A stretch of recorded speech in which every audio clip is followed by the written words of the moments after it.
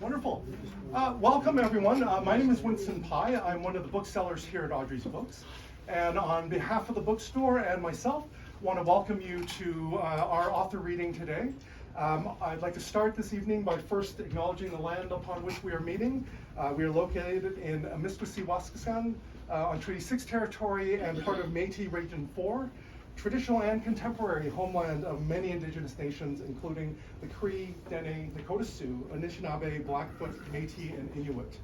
And so, as a personal note, I always love this space because we are literally surrounded by the land upon which we are gathering down here in the basement. So thank you so much for joining us here. And just a quick introduction. I'm guessing that most of you know who you are here to see, but it's my very great pleasure to introduce to you Douglas Roche. He is an author, parliamentarian, diplomat, and peace activist. He served Canada as a member of parliament from 1972 to 1984, our ambassador for disarmament until 1989, a senator from 1998 to 2004, and has been appointed as an officer of the Order of Canada. He's, for us, the most important thing, an author of 21 books? A lot of books. And so they don't have to buy them all. They don't have to buy them all. Although, you know, with the bookseller hat on, you know, if you want to, we won't stop you. So with that, thank you very much for joining us today, and welcome to Douglas Roche. Well, good afternoon, everyone, and thank you all very much for coming. And I hope that you'll enjoy this little seance we're going to have with Satya Das. Satya Das is a distinguished man of letters.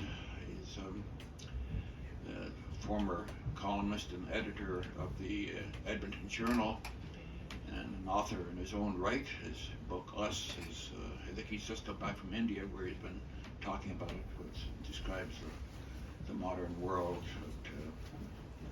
that Satya and I both aspire to. We're going to have a little dialogue for a few minutes, and then we'll open the floor to some questions, and then I'll sign some copies of the book for you. So, Satya, I'm going to give the floor to you first. Thanks very much, Doug, and I just want to say what an honor it is to be invited to launch your 25th book, and which is a number of books that I can never even aspire to, and they're all so full of hope and optimism and really looking for the light in a time of darkness. And please come right up to the front. Latecomers get the front row seats. That's the rule. Okay, well, here we are. Come on in. Please come and sit down. Come and join us. There's lots of room up here. So, Doug, let's just start by asking why this book and why now?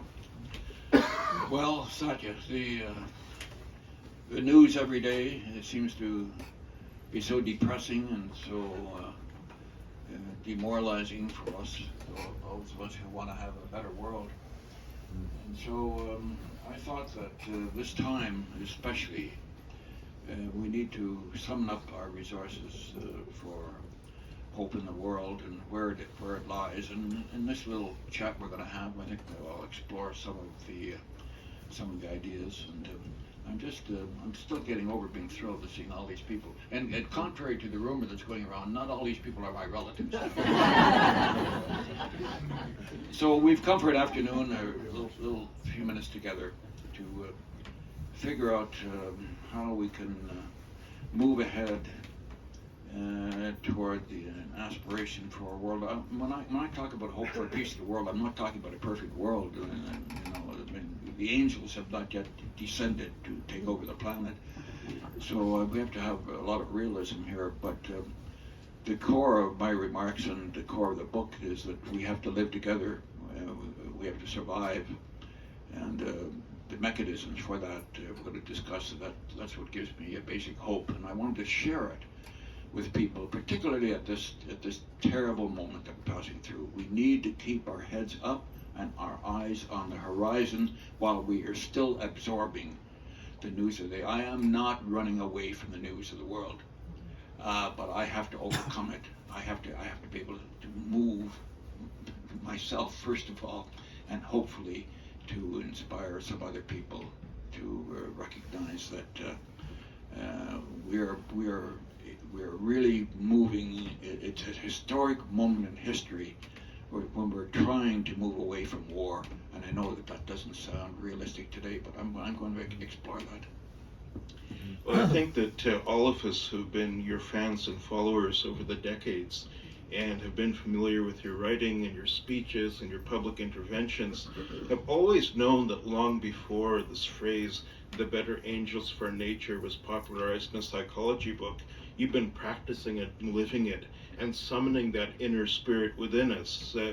And I know that you'd never say this of yourself, Doug, but I've always considered you almost a modern day Gandhi in the terms of being able to assemble community and in reaching, asking people to look into their hearts, to know themselves and to do the right thing. And when I was reading this book, I was very struck by the idea that you echoed and quoted one of your earlier books called The Human Right to Peace. And in this book, you cast hope not as get down on your knees and wait for things to get better, but as activism, that hope requires activism. Hope requires overcoming otherness and reaching out to people who don't know how to proceed to create a better world or solidarity or unity. And I found this to be a very helpful manual. What was going through your mind as you were putting together Keep Hope Alive as a work of activism? Yeah, well, thank you for even putting my name in the same sentence as Gandhi. I don't consider myself worthy of that close an association, but I am a Gandhian in the sense that nonviolence is the center of my own existence. I believe that when the Universal Declaration of Human Rights was established in 1948, this is now the 75th anniversary of that great document, because it changed the world. It enabled us to open up the ideas for a culture of peace. And I'll say a little bit more as we go on about moving from a culture of war to a culture of peace. But I believe that Gandhi has given us a way to relate to each other with respect, and also relating to the planet itself. So a number of years ago, a group of scientists and academics came together and they established the criteria for a culture of peace. This was as the Cold War was ending in the late 80s. And at the core, at the very center of a culture of peace is the idea of nonviolence. And that spills over into not just physical nonviolence, but economic and social nonviolence, and nonviolence toward the planet. And so we're entering a period where we're trying to understand how to treat one another on the planet. You know, as said, love thy neighbor. But who is our neighbor? Our neighbor is a woman in Bangladesh that I'm thinking of now, that in my early career, when I went around the world actually looking at development models, and I came upon a number of people, an Igbo teacher in Nigeria, a farmer in Kerala in India, a communist labor leader in Venezuela. These people, without knowing it, they were instructing me. And I woke up one morning and I said, "Oh, Doug Roche, you made a great discovery. You should be in the Guinness Book of Records." I've discovered that most of the people in the world are non-white, non-Western, and non-Christian. And I'm a perfect example of what this means. In later years, much later years, when I started going to the United Nations, United Nations has 191 countries, and each have a desk, and there's 6 people at a desk. So on a full day in the General Assembly, you see a lot of people. So you go down there and you look up, and when the assembly is full, and what do you see? You see the faces of the world that are non-white, non-Western, and non-Christian. And so I came to a pragmatic conclusion that in an era when we have weapons of mass destruction capable of destroying the entire planet, and at the same time we're trying to introduce human rights. These are incompatible. We cannot have a full extension of human rights while we still possess weapons of mass destruction and threaten to use them, as has occurred even in worse terms now in the Ukrainian conflict. So all of this has been a formation for me as the years went by, that I needed to be part of the system of growth in our planet, the continued development of the planet. And this is not, something, sort of pie in the sky. I mean, it's that we all share in the continued development of the planet. Sometimes I feel like a small grain of sand on a very big beach, because the problems are overwhelming, but yet we have to focus in the way that the United Nations has helped us to focus. And I'm going to say a few words in a minute about the UN and how that has shaped my own life, and how I believe that the reasons for hope in the world lie in the institutions that have been created as a result of the formation of the United Nations and its extension into many agencies. That we are capable of doing better in the world than we're now doing. Wonderful, wonderful thoughts, Doug. And you're talking about institutions and what we need to do for global development. One of the things that's overarching theme in at least 12 to 15 of your books is this whole issue of disarmament. And when you look at the climate crisis right now and the capital that countries need, that people need to mitigate the worst effects of climate change, and you see the war machine keeps on going perpetually and perpetually, there never seems to be a shortage of capital to spread death and destruction and misery, and yet very little capital that goes toward the building of hope. Because we see in a certain sense that when you are looking at where institutions are, the colonial politics may be gone, but colonial economic structures remain. 80% of the available capital in the world flows in the global north. It goes to perpetuate the issues of the global north. So when I was reading Keep Hope Alive, I got the sense that what you're saying explicitly and implicitly is the empowerment of the global south, the acknowledgement that the global south is absolutely essential to develop, to uplift for a viable future of the planet, that the urgency of the moment cannot be understated. We better move this way, because in the year 2050, which is not that far off, half the population of the world is going to be in Africa, or a representative of the global south, and with Asia combined, the minority that we in the West now represent will be even smaller. So I think that when you talk about the figures of the amount of money that is aggrandized by the Western states, some figures stand out in my mind about what we're doing in the world today. We're spending in the world $2.2 trillion. Nobody knows how much money that is. It's a huge, huge amount of money on arms of all kinds. And the total amount that's spent in the United Nations operations is about $30 billion. Now, if you put that on a graph, it means the 30 billion represents this, and the 2 trillion represents that. So the disproportion of the money that is spent on arms compared to what is needed for continued development processes and health and education and all the things that are associated with well-being in life, it is scandalous that we're doing this. And I'm going to take a little run at the U.S. here in a moment. And I preface it by saying that I lived in the United States for 8 years.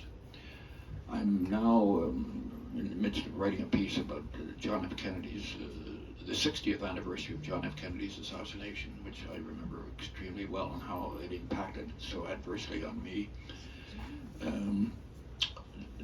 So I have had a great feeling for what the United States stands for. But today, here's the United States.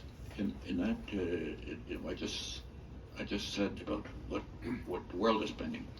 The United States budget is $864 billion. The United States is spending more on arms than the next 10 countries combined.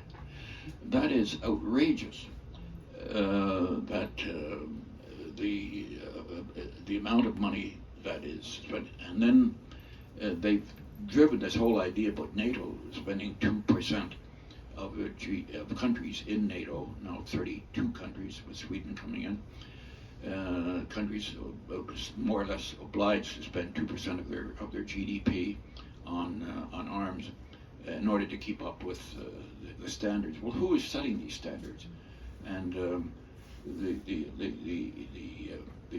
resurgence of militarism that occurred after the end of the Cold War.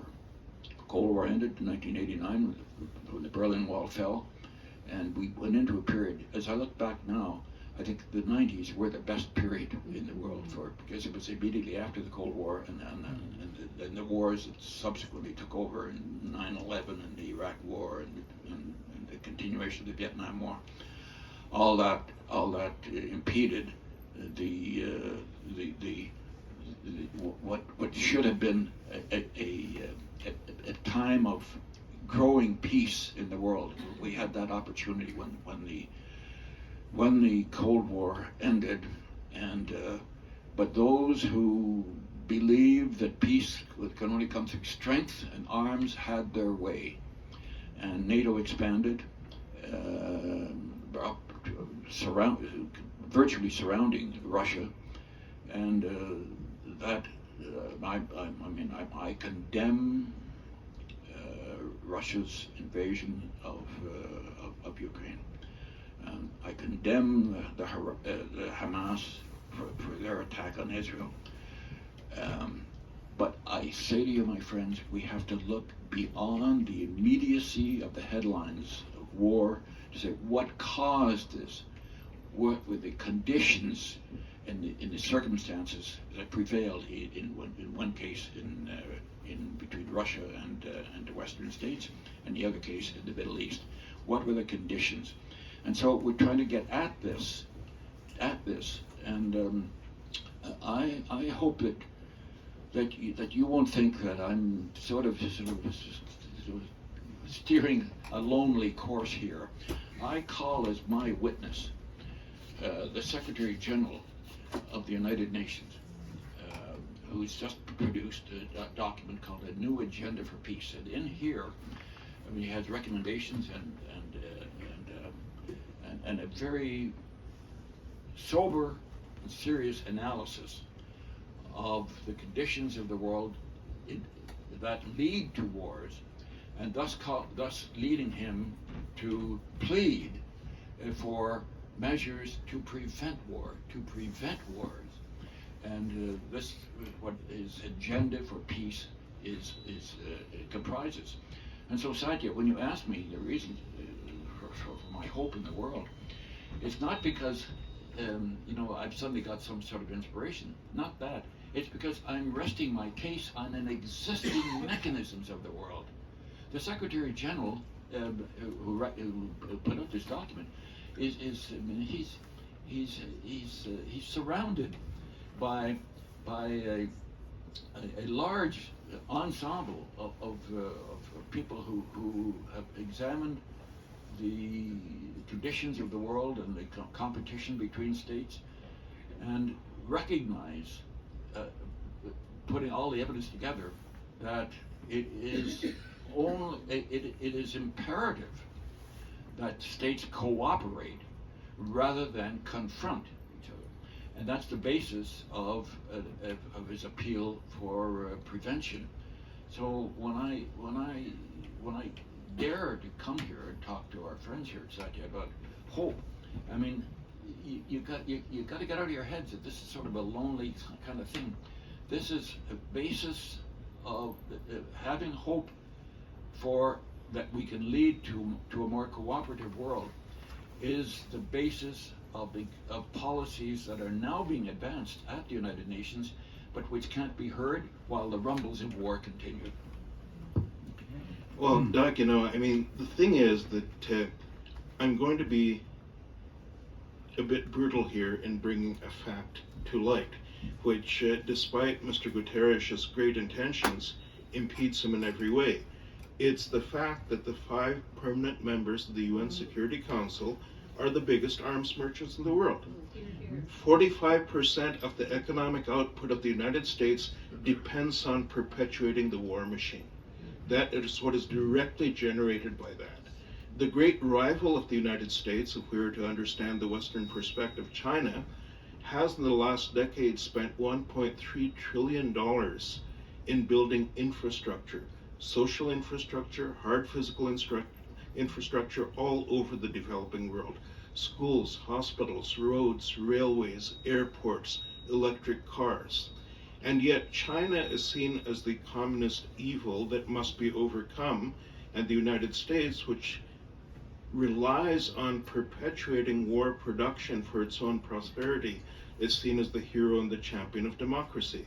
And as I say, Guterres is sort of a lone voice in the middle of the Security Council, because the Security Council itself has no interest whatsoever in preventing war, even while presenting itself as a champion of peace.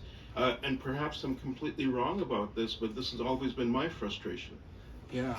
Well, I want to hold that for a second, I think, this resolution. Here's the mic. Well, first of all, there's a lot of things going on here in your comment.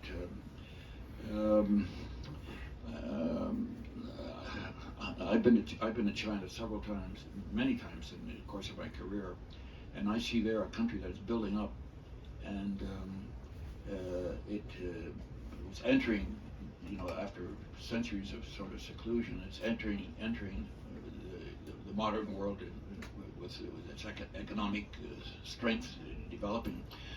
But now China is rearming and moving into the nuclear era in a much stronger way. And as part of the permanent members of the Security Council, 5 permanent members, United States, Russia, Britain, France, and China, if they're not going to set the tone for cooperation, then what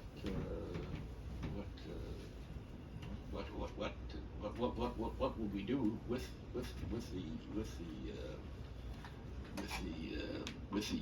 the UN? We need also to talk a little bit about Canada and Canada's role here. And I have had the honor of representing Canada, and there never was a moment that when I was at the United Nations sitting at a desk with a placard Canada in front of me that I was not proud.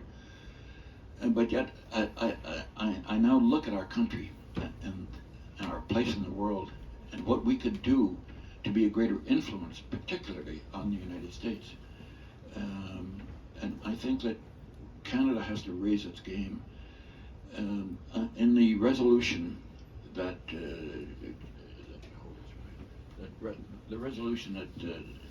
Jordan presented to the United Nations on the Hamas-Israel affair,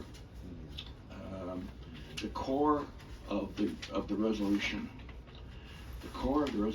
said, reaffirms that a just and lasting solution to the Israeli-Palestinian conflict can only be achieved by peaceful means, based on the relevant United Nations resolutions and in accordance with international law, on the basis of the 2-state solution. That's the core of the resolution that was presented in the General Assembly, and Canada abstained on that resolution. I was really shocked that, of course, the United States voted against it because it didn't at the same time condemn Hamas, but although it did speak very strongly about all incursions being condemnable. So here we are in Canada. We want to stand up for our country. But we need to push our government to take a stronger stand internationally and at the United Nations, a stronger stand for human rights, a stronger stand for the Sustainable Development Goals, which are the economic program put out by the United Nations, 17 goals to, in short, to end or severely cut down on most severe forms of poverty by the year 2030. These are programs that need vigorous support by Canada, and that means us speaking out, and that's why I write books to do that. I feel that this moment in history that we're passing through requires the best of our country, requires the best of us, and when we exercise that, we find a way to hope. Hope is not something that arrives on a platter and you sit down and say, you know, I used to tell my kids that when they were growing up, is you want to be happy, you can't wait for happiness to come to you have to go out.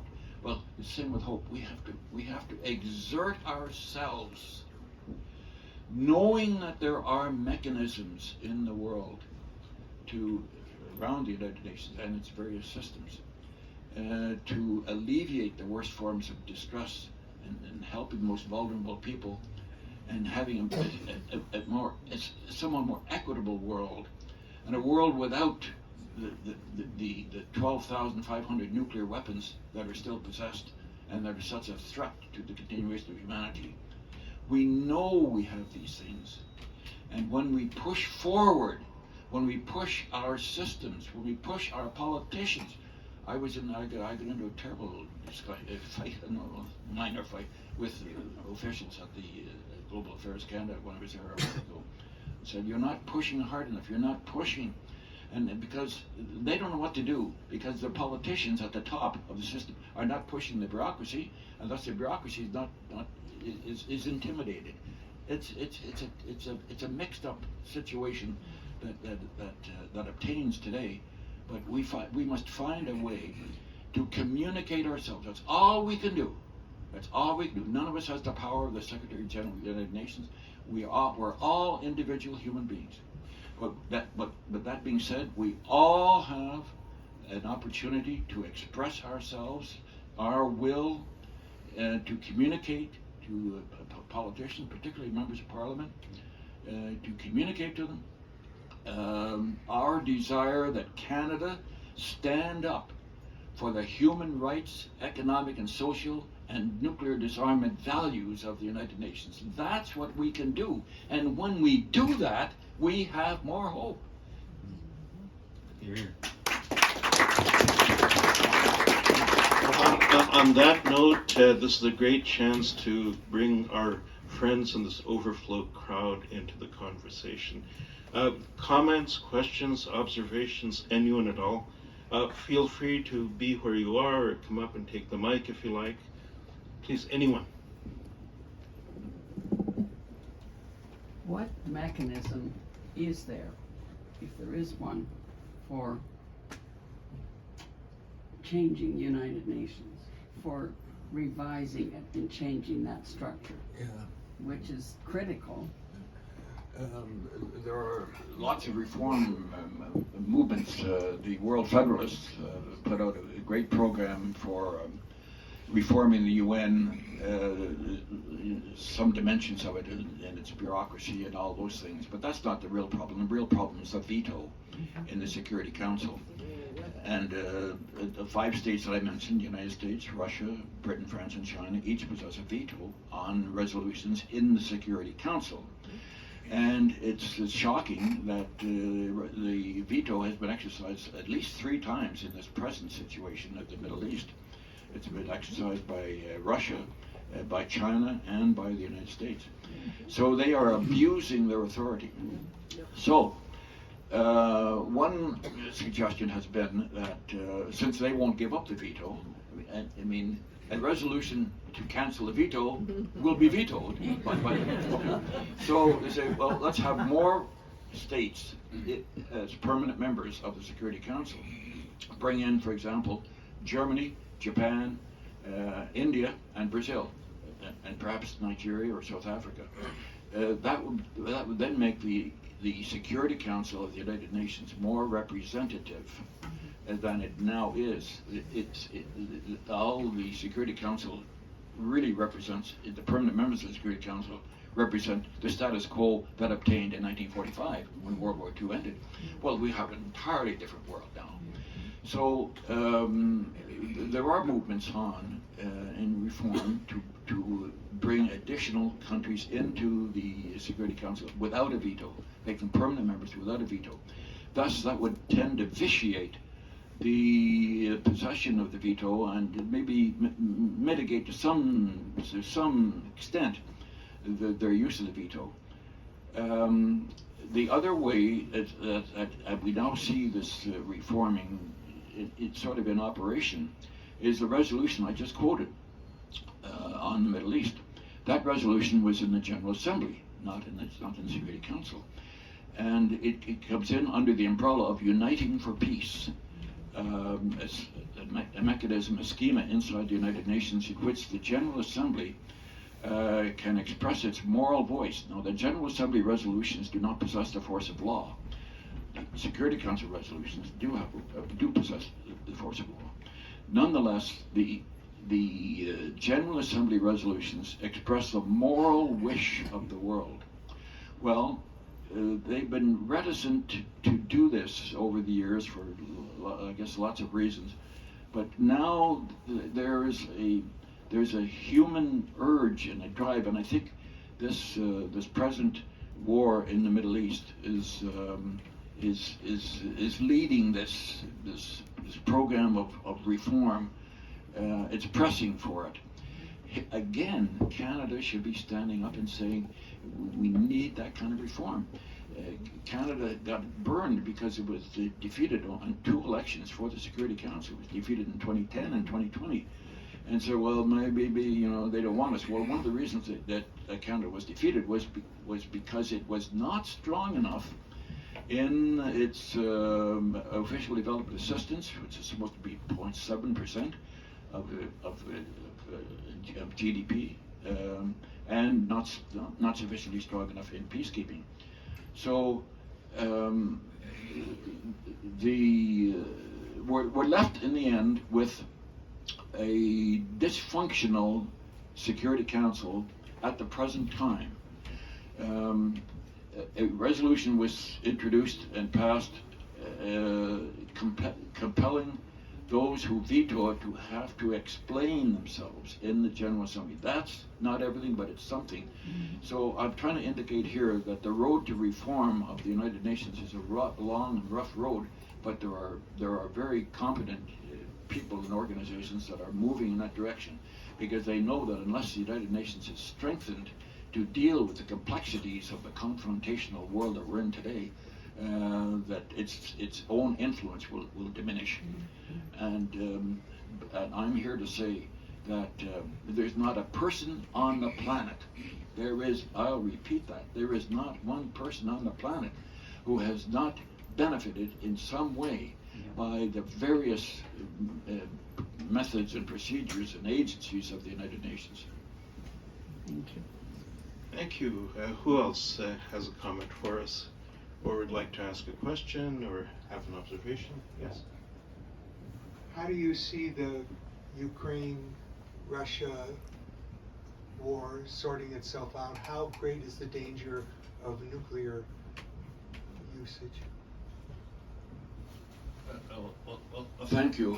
First of all, I'll start with the worst news, is namely that there are still, as I said, 12,500 nuclear weapons possessed by 9 countries in the world, and that the Non-Proliferation Treaty, which is supposed to stop the spread of nuclear weapons, has itself been weakened. They haven't been able to agree in their last 2 conferences on how to proceed ahead. And the states that have nuclear weapons are modernizing them now. The United States, Russia, and China are all in vigorous programs of modernization and extension of nuclear weapons. People think the problem went away. At least for a while there, they thought the problem went away when the Cold War ended. But they got jolted when Putin threatened to use nuclear weapons in the Ukraine war. I mean, this would take us to an entirely different dimension of how international relations would ever work again, if that were ever to be carried out. So it's another reason for slowing down the widening, the fears of widening the Ukraine war that prevailed now. It prevailed earlier. Now you asked me the way out. I mean, I'm not an expert on how to end a particular war, but I do believe that there should be a ceasefire. I do believe that there should be an international commission. Pope Francis, among other leaders, or Elizabeth calling in both instances in the Middle East and in Ukraine for a ceasefire, in order to allow the diplomatic machinery to work. And diplomacy has been buried by the people who pursued war. And diplomacy was not invented so people just have a nice time on Sunday afternoon, have tea or something. Diplomacy was invented so enemies could deal with one another, so they wouldn't end up go on killing one another.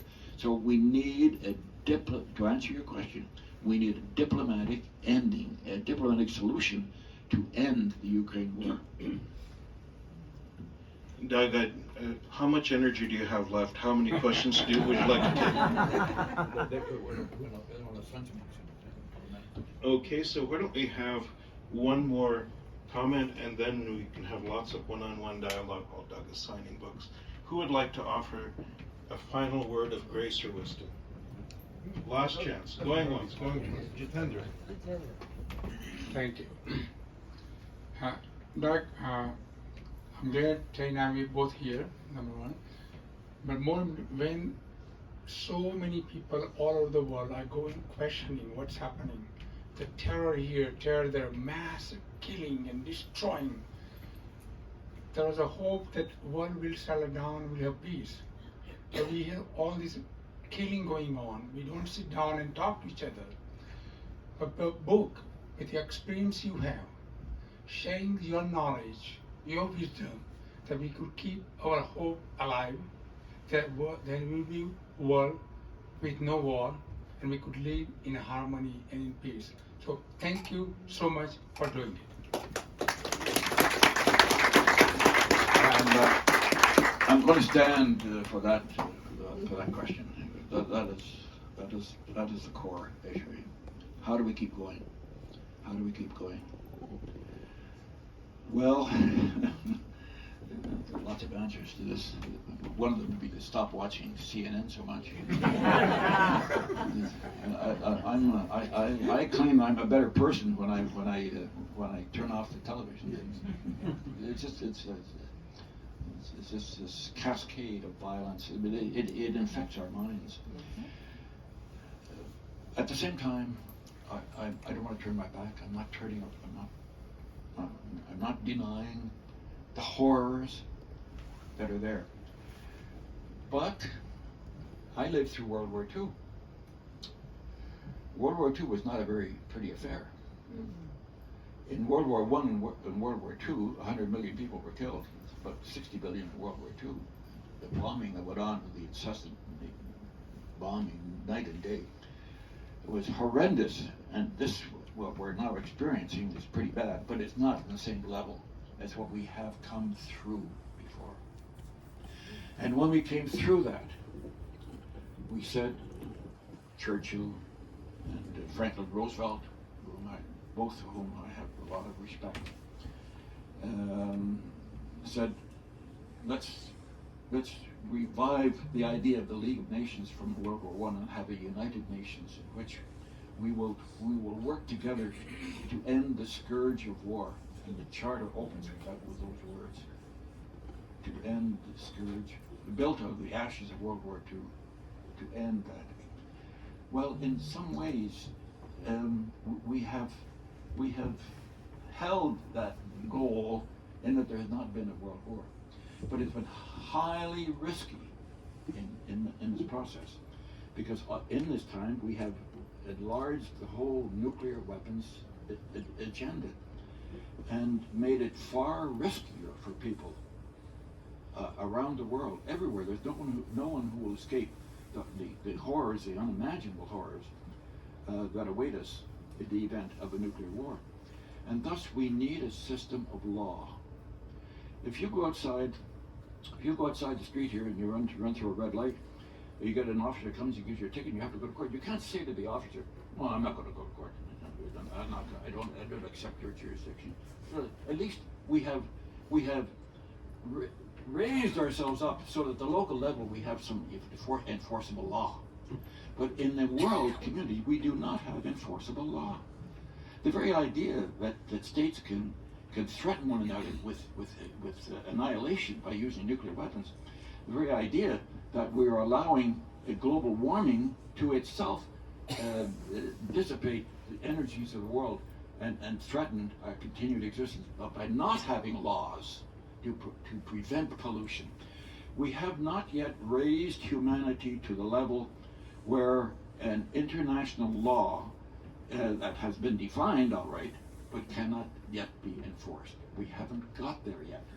So my secret theory that I've had for a lot of years is that if we can just keep the present system going, if you look back 100 years, how much development there has been in this world over the last 100 years, the last 50 years, that development process, everything, every aspect of life, medicine, agriculture, technology, science, medicine, everything. More people are getting more benefits from more things in life than ever before. So if we can just keep that going, let's keep it going for 50 years, 100 years, who knows what it'll be like in the year 2100, but at least give it a chance. But in order to get there, we got to avoid blowing up the place. We got to avoid the planet itself being destroyed by global warming. We got to avoid such chaos by migrations of people who can't live any longer in the circumstances in which they find themselves, from just making chaos completely all over the world. We have to do this in order to survive and get to this next level of existence. That next level of existence will come. It came in the last 100 years, it came in the last 50 years. Give ourselves a chance to do that. But to do that, we got to take a stronger stand. And I'm, as a politician, I'm still, I suppose, a politician. You never really get out of it, get out of the business. I blame the politicians, all right. I could spend an hour on that subject. But the politicians will react when they hear from somebody. I've said oftentimes, if the Prime Minister of this country, I don't care what the name of the Prime Minister is, if the Prime Minister of this country comes into his office on Monday morning and his assistant says, well, Prime Minister, we got 5,000 letters over the weekend on people who don't want nuclear weapons, who want us to do a stronger sign.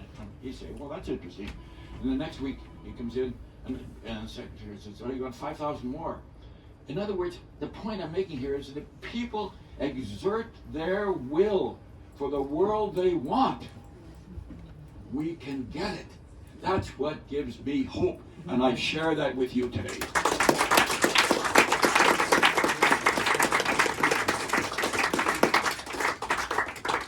Please join me in thanking Doug for his wonderful thoughts and his wisdom and sharing that with us. And Betty Ann, you have a question or a thought? A today issue. If Jatandra Shaw is left her credit card in the parking meter across the street, and we were next, so it's your lucky day.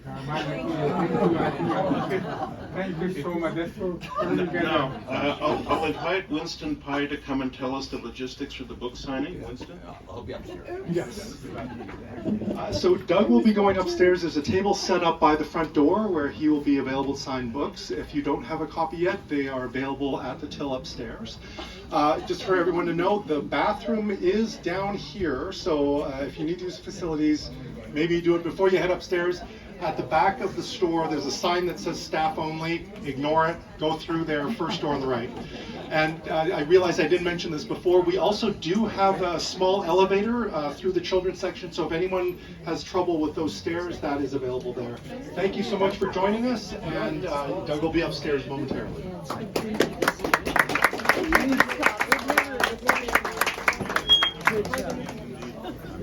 Very amazing.